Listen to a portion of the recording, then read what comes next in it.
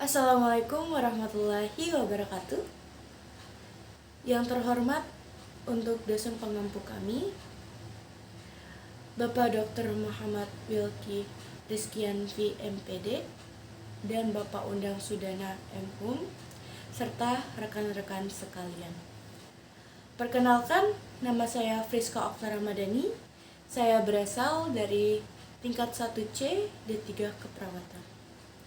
Sebelum memulai pidato pada hari ini, marilah kita sama-sama ucapkan Alhamdulillah karena berkat rahmat Tuhan Yang Maha Esa, kita masih bisa berada dalam keadaan sehat pada hari ini.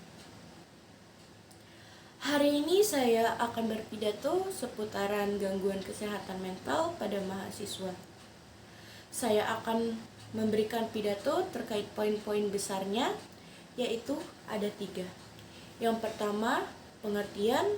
Yang kedua, penyebab. Dan yang ketiga, penanggulangan atau penanganan. Baiklah, untuk yang pertama itu ada kesehatan mental. Apa itu kesehatan mental? Kesehatan mental itu merupakan kondisi psikologis dan emosional yang baik, di mana seseorang mampu mengatasi stres, menjalani kehidupan sehari-hari secara produktif, dan dapat berinteraksi secara positif. Namun, jika sebaliknya, dengan kondisi psikologis dan emosional yang tidak baik, seseorang tidak mampu mengatasi stres dan serta tidak menjalani kehidupannya sehari-hari secara produktif maupun tidak dapat berinteraksi secara positif, itu merupakan gangguan dari kesehatan mental. Gangguan kesehatan mental itu juga mempunyai penyebabnya. Antara lain, yang pertama, stres karena tugas perkuliahan. Sebetulnya tugas perkuliahan tidak begitu memicu pada stres, namun tergantung individunya sendiri. Jika individunya diberikan tugas dan langsung mengerjakan tugas tersebut di hari yang diberikan walaupun deadline-nya lama, maka individu tersebut tidak mungkin terkena stres. Tetapi jika individu tersebut menunda-nunda tugas seperti deadline-nya yang lama, dinanti-nanti terus tugasnya, maka ujuk-ujuknya tugas tersebut menumpuk. Hal itu dapat memicu stres pada mahasiswa. Yang kedua, lingkungan pertemanan yang tidak sehat. Lingkungan pertemanan yang tidak sehat itu seperti mempunyai teman yang adu domba, saling menjelek-jelekan satu sama lain, tidak mendukung temannya, serta juga berarah ke arah yang negatif dan tidak positif. Lingkungan pertemanan yang seperti itu dapat dijauhkan agar tidak mengalami gangguan kesehatan mental. Yang ketiga itu ada diskriminasi akibat perbedaan ras, budaya, dan bahasa. Apa sih itu diskriminasi? Diskriminasi di sini itu perbedaan, yaitu perbedaan ras, budaya, dan bahasa. Seperti contoh, masyarakat yang berada di Jawa Barat dan yang ada di Papua itu sangat berbeda akan perbedaan ras, budaya, dan bahasanya. Bagaimana kita bisa menghindari diskriminasi tersebut, yaitu dengan cara penyesuaian lingkungan.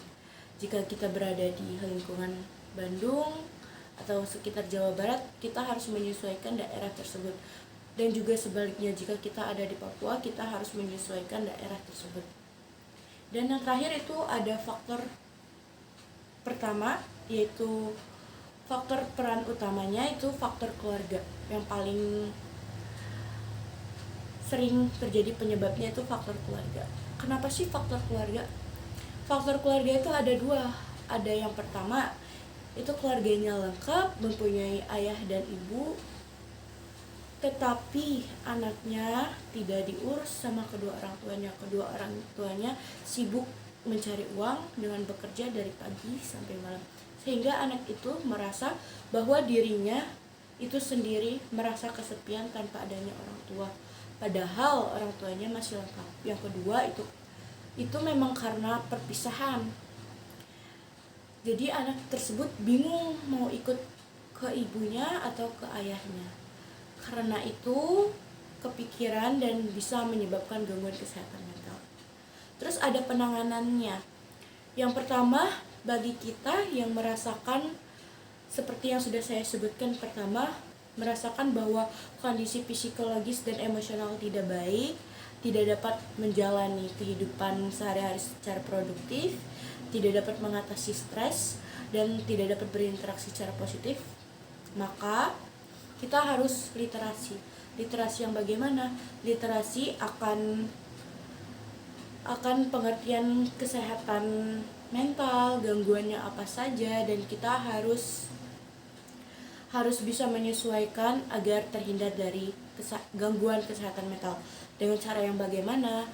Dengan cara yang awalnya stres, yang awalnya positif, yang awalnya negatif thinking itu menjadi positif thinking, yang awalnya merasa kesepian itu mencari kesibukan di luaran. Dan yang kedua itu bagi pihak pendidik. Bagi pihak pendidik harus memberikan penyuluhan serta edukasi pada mahasiswa. Sebenarnya tidak pada mahasiswa saja, bisa bagi masyarakat, bagi siswa, tapi tergantung judul saya ya. Kalau judul saya di mahasiswa, jadi untuk pihak pendidik itu wajib memberikan penyuluhan atau edukasi terhadap mahasiswanya. Mungkin sekian pidato dari saya. Kesalahan-kesalahan saya mohon maaf, kepada Allah saya mohon ampun. Saya akhiri, wassalamualaikum warahmatullahi wabarakatuh.